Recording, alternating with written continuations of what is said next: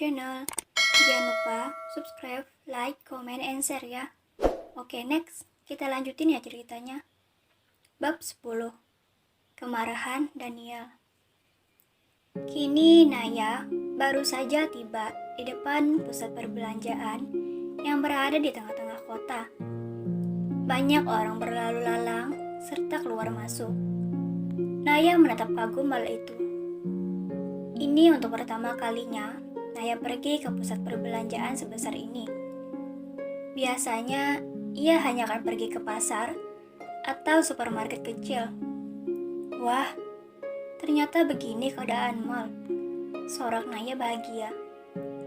Sayangnya Dinda tidak ada di sini, sambungnya dengan lirih. Naya pun melangkahkan kakinya untuk menaiki tangga yang tidak terlalu tinggi.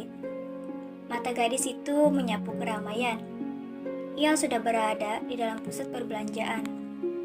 Naya bingung ia harus kemana, karena ramainya orang membuat ia sedikit takut. Di tempat sebesar ini akan sangat merepotkan jika ia akan sampai tersesat. Apalagi aku pertama kalinya kemari, batin Naya. Ia menghela napasnya. Naya kembali melangkahkan kedua kakinya itu, berjalan ke tengah-tengah pusat perbelanjaan. Berbagai macam toko yang ada di hadapannya sekarang. Matanya tak berhenti menangkap banyaknya berbagai barang-barang keperluan wanita, seperti baju dan alat kecantikan. Karena hari Minggu, pusat perbelanjaan begitu sangat ramai, diburu oleh orang-orang. Naya menghentikan kembali langkahnya. Matanya berputar ke kanan dan ke kiri. Gadis itu benar-benar dibuat bingung. Ia tak tahu harus kemana dan membeli apa. Sampai salah satu toko pakaian yang berderet rapi menarik perhatiannya. Bagus tuh, cicit Naya. Naya kembali melangkahkan kakinya menuju toko pakaian. Sesampainya di depan toko itu, Naya disambut hangat oleh salah satu karyawan toko itu. Selamat datang Nona, silakan dilihat-lihat dulu. Barang yang kami jual di toko ini adalah barang-barang yang sangat berkualitas. Kami harap Nona tertarik dengan salah satu gaun yang ada di toko kami. Ucap karyawan itu seraya menjelaskan dengan sopan. Tak lupa senyum manis yang harus ditunjukkan kepada para pengunjung. Naya hanya membalasnya dengan anggukan kecil. Ia pun melangkah masuk ke dalam toko.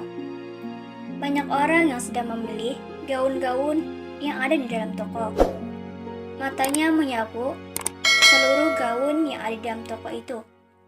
Sampai akhirnya matanya tertuju pada salah satu koleksi gaun yang ada di toko. Gaun yang berhasil mencuri perhatiannya.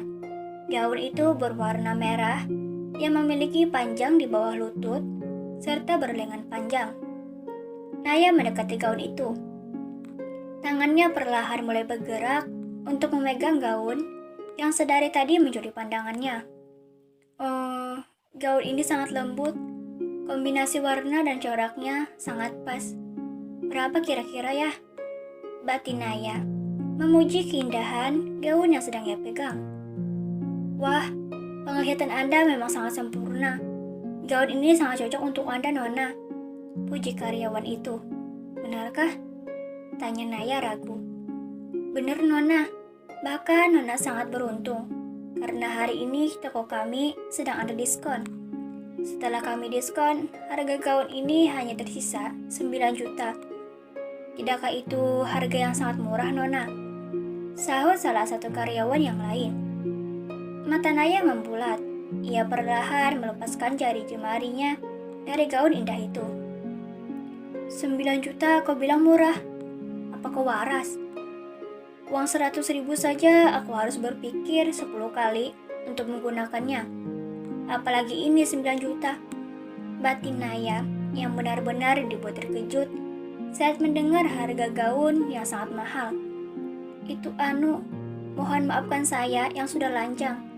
Tapi sepertinya saya tidak akan membeli gaun di toko. Harganya sangat mahal. Saya tidak punya uang sebanyak itu. Sekali lagi maafkan saya. Naya membungkukkan badannya berkali-kali, seraya meminta maaf. Gadis itu benar-benar merasa tidak enak, karena ia sudah membuat dua karyawan menjelaskan panjang lebar kepadanya. Namun sayangnya, permintaan maaf dari Naya tidak membuahkan hasil apapun, kecuali berbagai makian yang ia dapatkan. Tidak punya uang, kenapa kau melihat-lihat? Bahkan kau sudah menyentuh gaun ini. Setelah kau sentuh, gaun ini sudah tidak seindah sebelumnya. Harganya akan sangat murah gara-gara sentuhan dari tangan kotormu itu. Maki salah satu karyawan dengan suara tinggi. Naya terdiam membisu, mendengarkan makian yang dilontarkan oleh karyawan toko itu.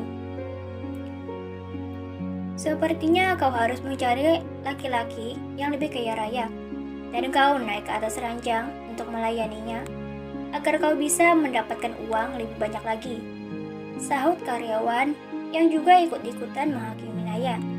Bahkan karyawan itu sudah menghina Naya. Saya tidak seperti apa yang kalian pikirkan, dan semua itu tidak benar. Lagi pula saya hanya menyentuhnya, tidak mengotori atau bahkan merusak gaunnya, ucap Naya membela dirinya. Dan ya, kenapa kalian semarah itu? Saya juga sudah minta maaf kan? Dasar wanita tidak tahu diri. Apa kau tahu, gaun ini menjadi kotor dan tidak berharga lagi setelah kau sentuh. Pekik karyawan itu semakin marah.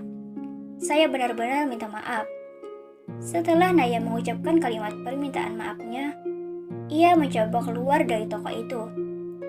Namun langkahnya terhenti dikala salah satu karyawan mendorong tubuhnya hingga terjatuh. Kepala Naya tak sengaja terbentur kursi, sehingga dahinya mengeluarkan darah yang cukup banyak. Bukan hanya di dahinya saja, tetapi Naya juga mendapatkan luka memar di kedua lututnya. Ini sakit sekali. Mereka menghukumku hanya karena aku menyentuh gaun itu sebentar, batin Naya. Naya menahan perih di dahinya. Ia perlahan meraba dahinya yang meneteskan darah di lantai. Satu persatu pengunjung berdatangan. Mereka berkumpul untuk melihat. Tidak ada yang membantu Naya. Mereka semua hanya melihat dengan berbagai tanggapan. Ia mencoba untuk berdiri. Namun, saat Naya hendak berdiri, salah satu karyawan mendorongnya kembali, dan alhasil tubuh Naya oleng dan terjatuh ke lantai. Kepala Naya terbentur. Kini ia merasakan sakit di kepalanya. Pandangan Naya mulai kabur. Telinganya samar-samar mendengar seseorang memanggil namanya. "Denaya, gadis kecil paman," panggil pria itu dengan khawatir. Pria itu dengan cepat mendekati Naya yang kondisinya mulai memburuk. Kau, Paman El?" lirih Naya. Naya tidak bisa melihat jelas wajah pria itu.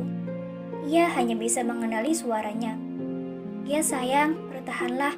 Paman akan membawamu ke rumah sakit." Pria itu begitu ketakutan saat melihat gadis kecilnya mulai menutup mata. Tubuh Naya digendong oleh pria itu. Sebelum keluar, pria itu memandang semua orang dengan tajam dan menakutkan. "Tunggu kehancuran kalian semua," ancamnya dengan dingin. Setelah mengucapkan kalimat ancaman yang begitu menegangkan, pria tersebut langsung membawa Naya keluar dari toko. Sementara para pengunjung yang mendapat ancaman dari pria itu, mereka semua menjadi takut. Siapa pria itu? Mereka bertanya satu sama lain, tapi tidak ada yang mampu menjawabnya. Sampai ada seorang manajer pusat perbelanjaan yang besar itu. Ia berlari terengah-engah. "Karyawan tidak tahu diri. Kalian semua sudah membuat kesalahan dengan menghukum gadis itu," bentak manajer itu dengan suara tinggi. Apa maksud Bapak?" Salah satu karyawan bertanya dengan bingung. "Apa kalian tahu siapa pria yang barusan menggendong wanitanya?" Semua orang bergeleng kepala. Mereka benar-benar tidak mengenal pria itu. "Kalian sudah menyinggung keluarga Kendrick dengan cara menghina gadis kecil itu," ucap manajer. Sontak mereka semua terkejut saat mendengar sang manajer. "Aduh, gawat ini. Para pengunjung mulai ketakutan. Mereka mengingat ancaman beberapa saat lalu. Terima kasih, jangan lupa subscribe, like, comment, and share ya. Dadah.